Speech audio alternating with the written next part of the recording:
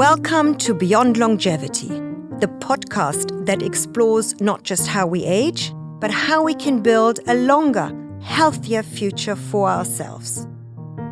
My guest today on Beyond Longevity is Dr. Ilia Stambler, a historian of longevity, author of multiple books, papers and articles, and a fierce advocate for healthy lifespan research.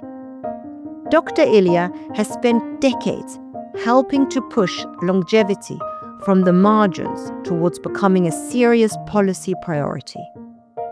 He's chairman of the International Longevity Alliance and serves as chief science officer and chairman of the Vetek Association, a movement for longevity and quality of life.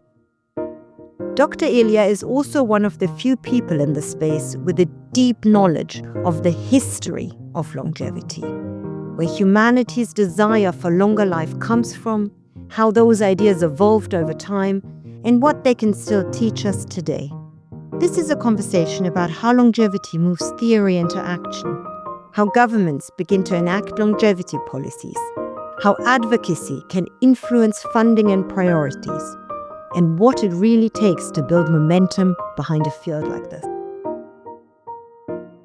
Hello, Dr. Ilia. It's such a pleasure that you found the time to join us on Beyond Longevity. Amongst being an author and educator and researcher and all the other things you do, you're a chief scientist officer and chairman of Vetek Association. It's a movement for longevity and quality of life.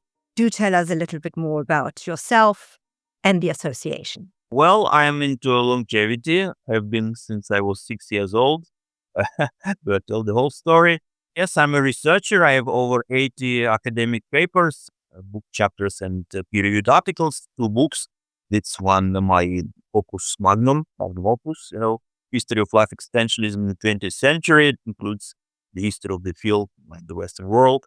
This one, the small opus, longevity promotion, multidisciplinary perspectives, where I analyze the longevity from various angles: history, philosophy, science, policy. And apart of that, I'm also an advocate. I'm an activist. I run non-profit associations. The Vetek Society, the Movement for Longevity and Quality of Life, is my major Israeli affiliation. I am also involved in all kinds of other organizations. I'm a chairman of International Longevity Alliance, which is umbrella non-profit for longevity organizations, which now includes 76 non-profit associations from 66 countries. And that's actually my main occupation. I find time to write my papers, but my main occupation is advocacy, activism, because I think that's the backbone. It's the foundation also for others to thrive. I'm not interested to promote, I'll tell you from the start, I'm not interested to promote my research or my projects. I'm interested to help build the longevity ecosystem. You just mentioned you being connected to 76 organizations through the International Longevity Alliance. What does the network actually do in practice? I guess you share ideas. What else do you do? Right. So we meet, we network, we encourage each other. Just knowing that you are part of a network of 76 organizations already very encouraging. For example, if we go to some events, last year ILA co-organized about 12 international conferences. This year we already are organizing at least 13. The year just started. So it's very encouraging if you are an activist, a local activist, and you say you're part of ILA. It also gives you more weight, and it gives the ILA more weight. So that's the force of the synergy of all the organizations. Some of our main achievements were a few years back, before the COVID. We actually helped to introduce aging as the part of the international classification of diseases. We were the first to petition for including aging as a medical condition. Now it has 2 ICD codes: age-associated decline in intrinsic capacity and aging-related condition. So thanks to our advocacy, not only ours, but also ours, we were also quite instrumental to include aging as a part of the WHO World Program back in 2017. So the force of ILA is, the power of ILA is really campaigning. We have been organizing the Longevity Day and Month campaign since 2013, now for 13 years. Every year in October, around October 1 or throughout October, we organize events. In our good years, we had events in dozens of countries, up to 50 countries. So in all those events, we raise public awareness, interest. So once again, it's always good to show yourself as a part of the network, part of the movement. It gives the movement strength and gives individual strength. So that's what ILA usually does. Of course, we could do better, with our background and potential. We could really be major decision makers, but unfortunately, the longevity is still not so much in everybody's mind, not on everybody's agenda. But we try our best to put it there, to put it on the agenda. When you say it's not generally understood really what longevity is, what do you think the public most badly misunderstands about longevity science today?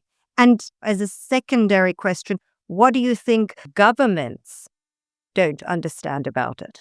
I think the main thing they don't understand or don't really understand sufficiently is the major importance of this issue. And there are various psychological reasons for that. We can enter into the details, what parts of science they don't understand, what parts of education they don't have. But the main thing is just to set up health and longevity as a priority. It is not set up as a priority. When I started in the field, not to say at the age of 6, but let's say in about 25 years ago, when I started to actively promote the subject online, people didn't even think about it. People in the West didn't even, it wasn't even an issue. Health longevity, health span extension, there weren't any words like this. You could hear intervention to aging, not there. And thanks to also our advocacy, drilling and drilling and drilling into people's health, so it's more of an issue now. We have discussed in the press, among decision makers. It took 25 years to people to begin to realize how urgent this is. And then still it's not realized by all. Still people, they prefer to block it out of their mind. My explanation is that the psychological care management issue. People just don't think that they want to age, so they prefer not to think about it. So, out of sight, out of mind. If you don't see the problem, it's not there. So we don't have to address it. Some people believe that they cannot do anything about it, cannot improve their aging. Some people believe it will never reach them, that they will never get old. So for all kinds of psychological reasons, people prefer not to deal with aging and health longevity. Well, when they do realize it's an issue, then they start getting involved in the longevity movement. And our task is to get as many people involved as possible. And we're getting there, but we are far from being there. When you speak to governments or public bodies, what language works best with them? Do you use the words of longevity or healthy aging or prevention, resilience, quality of life? What's the trigger word for them? Longevity works nice. The prevention of age-related disease is nice. But the funny thing, I've been in this advocacy for 25 years. Yes, I talked with governments. In 2012, we wrote our first petition to all the members of Knesset, of the Israeli parliament, and requested that aging is recognized as a treatable condition, that we should improve health and longevity for our people, and we should make a advisory committee on that at the Knesset. It's still not established. After 14 years, still not established. But when you talk with them, they all agree with you. There was the single person I talked with among decision makers and the regular people, the regular public, that didn't agree with me. Yes, it's very important to prevent age-related disease.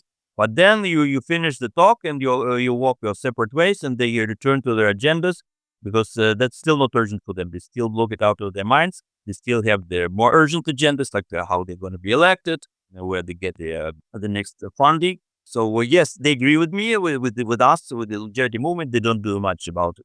So that's the big problem. They get convinced. Believe me, when you talk, they understand, they get convinced. Yes, very important. And then they forget about it. So the actual question is not how to convince them, but how to make them act on the conviction. That's a question I don't really have an answer.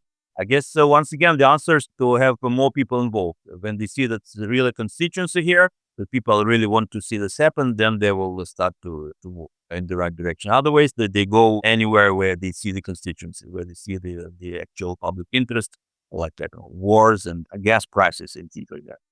But do you think it's a financial issue? They don't want to fund it? Or do you think it's more a question of it's not as pressing or as important to actually do something about it? Basically, they don't think it's urgent. We've been saying the same thing for 25 years. And they don't think it's urgent. Many people died of old age diseases in the time. They still don't think it's urgent. In our country, in Israel, 50,000 people dying from age-related diseases, much more than all the wars, all the accidents combined during the whole history of the country. They don't think it's urgent. Also, the financial issue is important. What we advocate is we advocate investing in research. So that requires long-term vision. That requires some long-term thinking. and they want to see the result right now before the next election term. In 4 years, do you give me the pill for health longevity? Maybe. No, they just want the pill. They don't even want to pay any money for the pill. They ask me, what should I do? What should I do? I tell me, you know what you have to do. You have to eat healthy and engage in exercise. But then I try to explain that you have to also fund aging research, invest in aging research. That's something that's more difficult to understand. You try to give examples, like think about the defense systems. First, you invest in research and development, then you have all those wonderful systems that protect us. When it comes to aging, they don't get this reasoning. Basically, the problem is that we want the money for research now, and they promise the results in, I don't know, in 10 years and 15 years. And that's a gap to cross. That's an education, yes. Education in general is a big part of your advocacy. Do you speak to universities that teach medical students about the importance of teaching about longevity? And do you find that they're receptive to it or not really? Yes. I started to be active advocate about 25 years ago, in the beginning of this century and of the last century. There's no comparison. The level of awareness now versus what was 25 years ago, it's a different level. People do get it, to begin to get it. We organize conferences every year in Israel and around the world. As I said, ILA organizes 12 international conferences. Out of them, our Vetek association, the Israeli association, co-organizes about 6 or 7. So in all those conferences, we have a great contingency of researchers, of physicians, of students. They all get it. They all become interested. And we continue to expand our education. Here in Israel, we're also developing a course. So our main agenda is to get more people involved through education. There's no other way. We have to educate people about the importance, about the ways things can be changed. That's never enough. Build it up, but it's never enough. We need to get everybody. Going back a little bit to governments and their policy toward the idea of longevity, are there any countries, governments worldwide that you're aware of that are very proactive in the field of longevity and they've sort of adopted a more proactive mindset with regards to longevity? Some people are surprised, but still the most proactive country is the United States. People, I tell to Americans, you're still the best, you're still number one. They don't believe me, but you still invest in aging research more than the whole world combined through the National Institute on Aging, the National Institute on Health. You still fund most of it. Most of the ideas come from the United States, especially after World War II. If you read my book, you'll see that before the World War, the research was more evenly distributed. In France, Germany, Russia, after the war, it was mainly concentrated in the United States. There was some research in the UK, elsewhere, but the main concentration was in the United States in terms of ideas. Molecular biological approach, the reductionist approaches all comes from the United States. They're still the main funder. They're still most interested in the field. On the population level, people taking supplements, on the governmental level. But still, with all that involvement, it's not enough. We still don't have a cure for aging from the United States. Actually, the life expectancy in the United States and health expectancy is declining. So it's one of the worst situations in the developed world. With all that research, it doesn't help to stall the decline in life expectancy. So it's not enough. But if you ask what's the most active country, it's the United States. I guess the gap between the ones that do and the ones that don't sort of is much wider in the US than anywhere else. You have people who are really looking after themselves and want to live longer and healthier and better. And I guess you have, the other half who just, lives much worse than, let's say Europe or whatever. So I guess the gap is wider. Is that your impression too? Or why do you think? Definitely. That's a part of the explanation for the declining life expectancy. But a part of the explanation why it is so well-funded, relatively well-funded in the United States, is also thanks to advocacy. The United States has a strong culture of advocacy, of philanthropy. So in the 70s, there was a person, Robert Butler, not many people remember, but he actually went to the government and said it's an important topic and please deal with it, raised a public movement. And in the end, in 1974, there was established this National Institute on Aging, the first in the world under Richard Nixon. Also, many people remember other bad things about Richard Nixon, but he was the guy who started the war on cancer, and he was the guy who started the National Institute on Aging. He was receptive to such ideas. So thanks to advocacy, we have this basis for the research finding that states it still continues. It's still the largest funder for aging research in the world with the budget of a few $billion a year. And that was thanks to an advocate, a single person who was able to raise the advocacy movement. And in America, we see it all the time. You see it with the AIDS movement, for AIDS research and cancer research, that it's a very strong culture of advocacy. And I hope others can learn from that. Let's speak a bit about your career path. You decided that longevity advocacy rather than the science alone was the way to go. Why?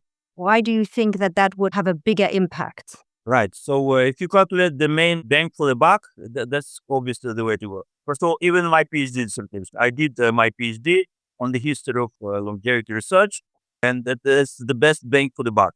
The history doesn't cost anybody any money. You don't have to invest in the reagents and the lab, just to sit down and with your computer and the library and write in a nice history. So many people become convinced. So yeah, it was probably about tens of thousands of people. So it's a good bang for the buck in terms of education. In terms of advocacy, it's even more so. Our conferences and our outreach, it costs really pennies. And the outcome can be millions. So I'm very proud to say that thanks to our advocacy, we're able to get millions for aging research. Just last year in 1925, we were able to establish 3 grant support programs for aging research from the Ministry of Science, Ministry of Health, and the British Council in Israel for UK-Israel cooperation on aging research. Very proud to say that it was mainly thanks to our advocacy. We just went there and convinced that it's important. I also helped to write those sponsor proposals. So out of practically zero investment in our association, we have a very poor association. We don't have enough funding for anything. With the close to zero investment in our association, we got millions for the aging field. So I think that's in terms of the bang for the buck, that's probably the best. That's I also encouraging other people to get involved in aging research advocacy. Of course, we need the actual scientists to show research. I'm also actual research, I have the Hirsch index of 20. So I do some things in research, but still, compared to what I can achieve but through my specific research versus what I can achieve as a community builder, as an ecosystem builder, my effort is much better spent on building the community and the ecosystem and the public support. And then I hope more and more people will become involved in this and support advocacy as well. Can you give us some other examples of what advocacy has genuinely changed already? Okay, so first of all, in Israel, pretty much all the governmental funding for aging research was thanks to our advocacy. In 2014, we did an international conference. I would say it was probably one of the first, if not the first, conference with longevity in the title. Before that, there were gerontological conference, aging conference. We said that the pathways to health and longevity. So now we take it for granted, like health and longevity, but in 2014, health and longevity was kind of a neologism and a new word.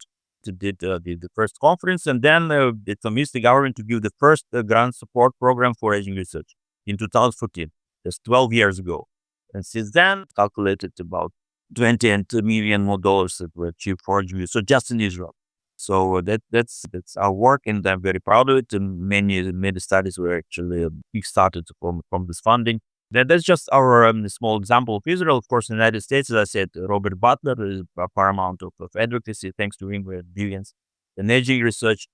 But also in our work with International Longevity Alliance, I already mentioned our campaign for including aging into the WHO Work Program in 2017. There were various contributors, also International Federation of Aging, International Society on Aging Disease, but ILA was also very active, including probably hundreds of researchers, hundreds of organizations to actually petition the WHO, and it was included, They didn't think aging was an important topic for global health, and we convinced them through advocacy that yes, it's important, so they included it into the WHO Work Program.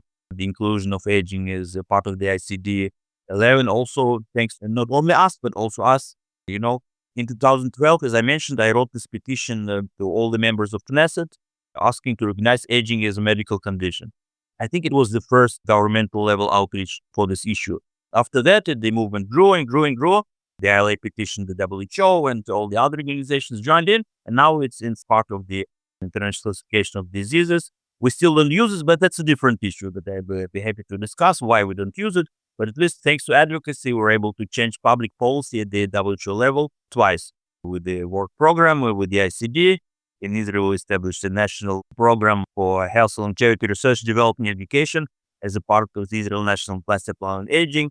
So there are all kinds of things that you can do through advocacy. Still, people don't realize the importance of advocacy. I still have to explain to people what is it that I do. And they ask me, well, what's your project, what's your lab, and what molecule are you developing? People still think in terms of separate projects.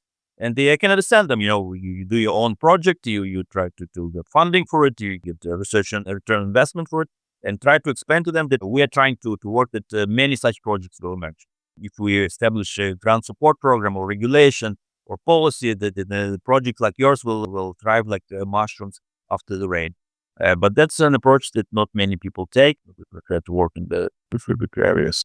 Do you think that's because the field of longevity is still very siloed? Everybody works in their own little corners instead of coming all together? Yeah, absolutely. And even the very topic of longevity is already overcoming the silo thinking. Most of the medical research is still thinks in terms of individual diseases, individual symptoms. The very idea of neuroscience that aging is the main risk factor or the main cause of all age-related disease, all chronic diseases, also the main risk for infectious disease. It's already a huge step forward against the silos. Most of the medical research is not even there. And even if you are already in the longevity research, if you recognize that aging is the main risk factor, it's kind of unifying framework, you have to be holistic. You have to think for the long term. You have to look for long-term effects. But still many people don't do this. Still many people are reductionists. They prefer to work on single molecules, on single mechanisms, cell types. So that's how it goes. And there are not many true holists, people who will try to synergize. Let me be honest, there are problems with the synergies too. When you are holist, it's not so perfect. You try to lose the trees for the forest. You see the forest when you don't see the details. You have to try to spread over the whole world.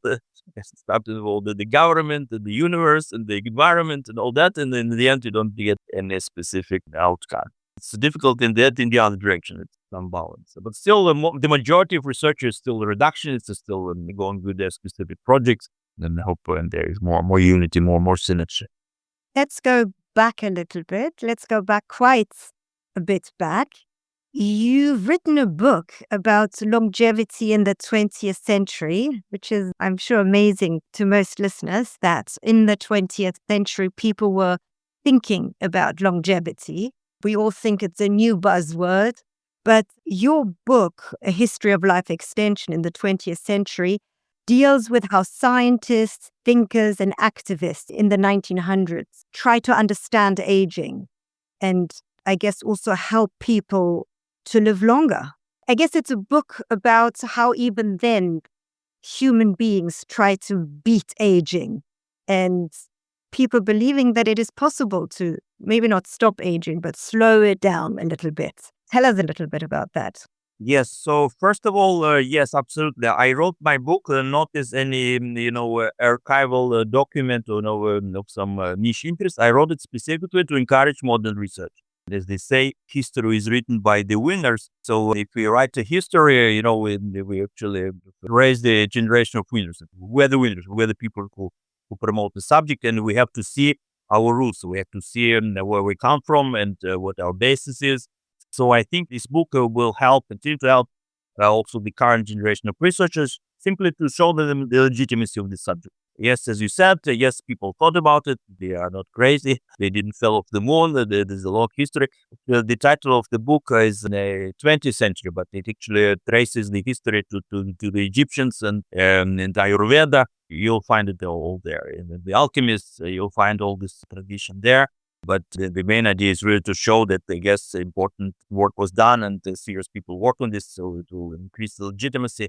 There are also all kinds of other lessons that can be learned. Yes, it is a history of human endeavor, of human attempts. Most of these people died trying.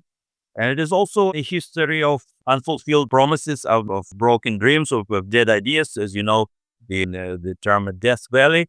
So if you look at my book, you'll see the Death Valley full of bones of promising research directions that didn't yield any outcomes. So you'll be surprised to find many things that are hyped now You'll find it in the already known in the beginning of the 20th century, like the microbiome, right? A big hype, the transplantation of microbiome. And microbiome, Elie Meshnikov, the founder of gerontology, in the beginning of the 20th century, talked about all that, about the microbiome, the importance of intestinal putrefaction, and it just suggested a few ways to combat it, including the transplantation of microbiome.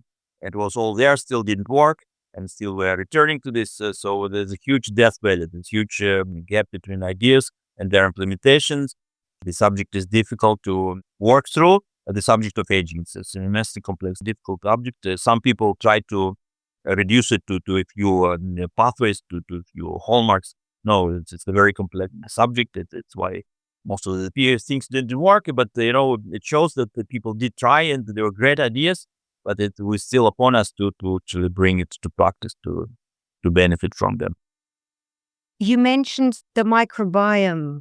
When you study the history of longevity, what patterns or ideas keep on repeating? First of all, the idea of rejuvenation is definitely not a new idea. You said some people are surprised that the people thought about rejuvenation in the 20th century. They thought about it in the 19th century, the 16th century. So it's obvious. If you go to sleep, you get up rejuvenated. You go to sleep tired and you get up rejuvenated. So idea is in there that you can actually renew your youth. And all kinds of approaches were tried, including cell transplantation. Actually, the famous cell therapies, we now called regenerative medicine, they all started at least at the beginning of the 20th century. When cells were transplanted and organs were transplanted for rejuvenation, the pieces of tissue, testicular tissue in particular, that all started at least in the 20th century, but they were present even in the 19th century. So this idea of replacement therapy, hormone replacement therapy, tissue replacement therapy, all started at least 100 years back. So the ideas are solid ideas, but the devil's in the details. How to avoid the rejection, how to actually make those treatments work. So it's a complex scientific issue. People think that that we'll have the pill tomorrow. No, we'll still have to understand a lot.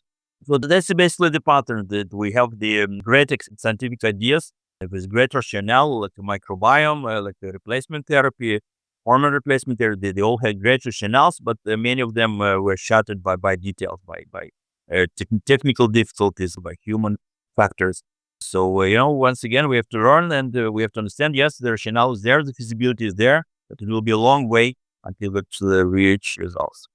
What do you think in today's sort of longevity movement is most misunderstood about its own history? Similar with the main problem with the longevity, that's not recognized enough. Many people still think we have this history. And even you said, how come, people in the 20th century thought about longevity? They thought about it in the Egyptian times. You'll be surprised to read some Egyptian manuscript. I can't read Egyptians, but the translation. So the people talked about aging being the main cause of diseases, and they talk about rejuvenation and growing your hair and renewing your skin. Where the term snake oil comes from? It comes from the Egyptians. Where the Egyptians used the fat of snakes to rejuvenate. Yes, people thought about it, but many people now think that this history simply doesn't exist. That the research, the longevity research starts with the PubMed, with the latest publication of PubMed. No, it starts much earlier, and there's excellent ideas. There's trove of treasures that can be found in history that may actually save some time for many modern researchers. We can look at it was already done, and some of the bottlenecks that could be identified. So history is very important, but the main problem with understanding history is to know that there's history. Read my book, get more interested in history. And many people don't have time for this. Once again, everybody's trying to start from scratch and from the latest search on PubMed. And I would say in AI, you don't even have to think about anything. You just do the ask ChatGPT, what about this or that, and get the answer. No, you have to study history. It's important. So are there old arguments or mistakes that the current field is repeating without realizing it? I wouldn't say it's mistakes, but the general pattern do recur. There are some, for example, in my book, in other papers, I identify a constant tug of war between reductionism and holism. As I mentioned, there is the drawbacks in reductionism. from drawbacks in holism, and people seem to switch, like a pendulum from this to that direction. One lesson you could learn is at least, try to get some balance between reductionism and holism. Otherwise, you either see the forest and don't see the trees, or you see the trees and don't see the forest. And the edgy research has been swinging, that way for 100 years at least. So that's one. Also, try to be modest. Every time and again, we see the huge promises. Yeah, the solution for aging is just around the corner. We have such a great theory, such a great rationale. All the evidence is there. In 5 years, we will get the pill, and we'll live forever. No, but it's much more complex. And every time that some such hope gets shattered, people lose motivation. No, we have to understand that it's a stepwise, incremental process. Some ideas get discarded, we get new ideas, so the work in progress. So yes, and another lesson probably, we should be aware of charlatans and of unjustified claims. For some periods, anti-aging as such was discarded. You say you're involved in anti-aging, okay, we have a stamp as a charlatan, goodbye. That's why also one of the reasons aging wasn't adopted in universities as a part of mainstream science. Now, in the last 20, 25 years, I would say that we are overcome the stigma. But still, if you say anti-aging, still it's stigmatized. And still many people, many practitioners still practice, unjustified claims and promises.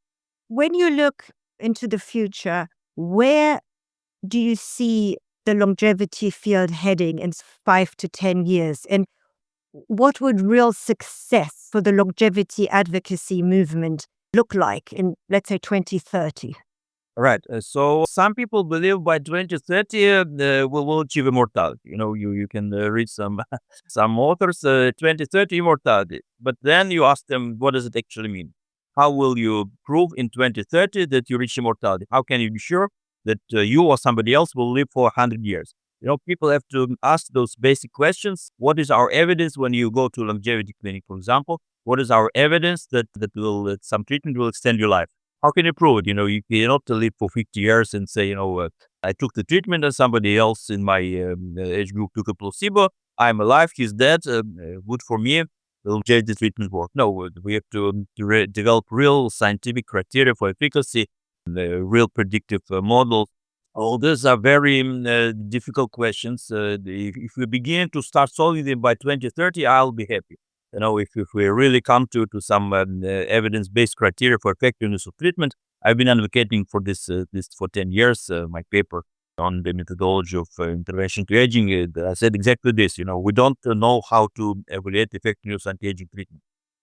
This biomarker and that biomarker, but what's the actual proof that this treatment will extend your life or healthy life? So if we come to some basic understanding is a consensus or pure based on science-based evaluation of aging and intervention, that will be a huge step forward, but I see could happen by 2030. And another thing is real public involvement. And no comparison, what is happening now, the level of awareness about aging and longevity, now no comparison to what it was 25 years ago. And now by 2030, I hope everybody becomes convinced. That's an important issue, that aging is our main health challenge for every country in the world, developed world, the developing world, for everybody. So that's our main target. That's what we have to solve. I think that could happen to 2030. So right now, I would estimate about 5% of the world begin to be involved in longevity, get interested. I hope the whole world becomes interested. Let's say interested now in health. Everybody now wants to be healthy. But if you ask people, do you want to live long? That's a question. Maybe until 95, but not until 100. God forbid 120. Judaism will still say until 120. I say 120 at least. Okay, thanks. So I'll try 120, then I'll go on. So we should really set the longevity and health longevity as a global priority. I think it could happen in 2030. Of course, there are all kinds of obstacles on this purpose. Of course, it's not easy to work on longevity when there is war around, and I just came from a rocket shelter. So still, even now during the war, we try to promote the subject. Actually, published opinion piece. Even during the war, you have to continue working for longevity. But that's just me and people like me. We need the whole world to recognize the importance of the subject, to work for it. to compete for it in solutions, also to cooperate, both competition and cooperation. And I believe when people really, the role sets is a priority, then there will be no wars. Because obviously, if you want to live longer, you want to go to war. I think if longevity movement wins, becomes a real global priority, then we'll be on the right way to achieve castle and journey. And where do you think the longevity movement is still underestimating what it will take to become mainstream public policy? When will we see the therapies?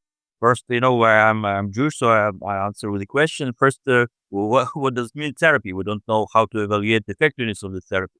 And then I say it only depends on us. If the governments become convinced, then they'll start investing, then they will start developing the policies, then we'll start developing the treatments, then we'll start implementing the treatments, then we'll start relating the treatments. In short, it's a long way off.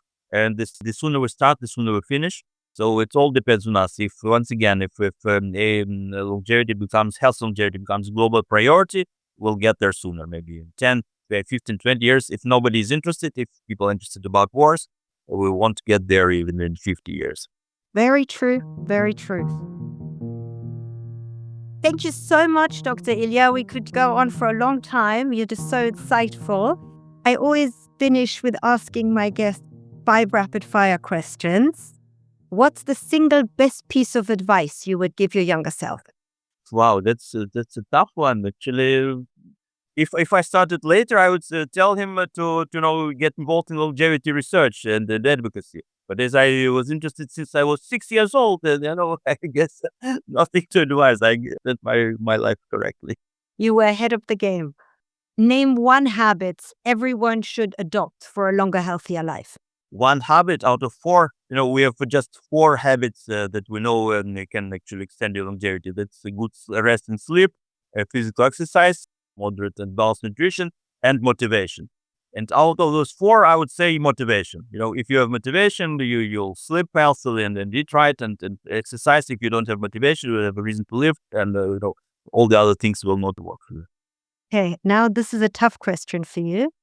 If you weren't in longevity science, what career would you have chosen? I can't imagine, actually. I can't imagine. No, really. I had this idefix, as I said, from 6 years of age, and I can't imagine anything else. I could have been forced. What I can tell you, I could have been forced to another career path. That's for sure. I have an amazing English teacher. I could have become an English teacher. I could have become clerk.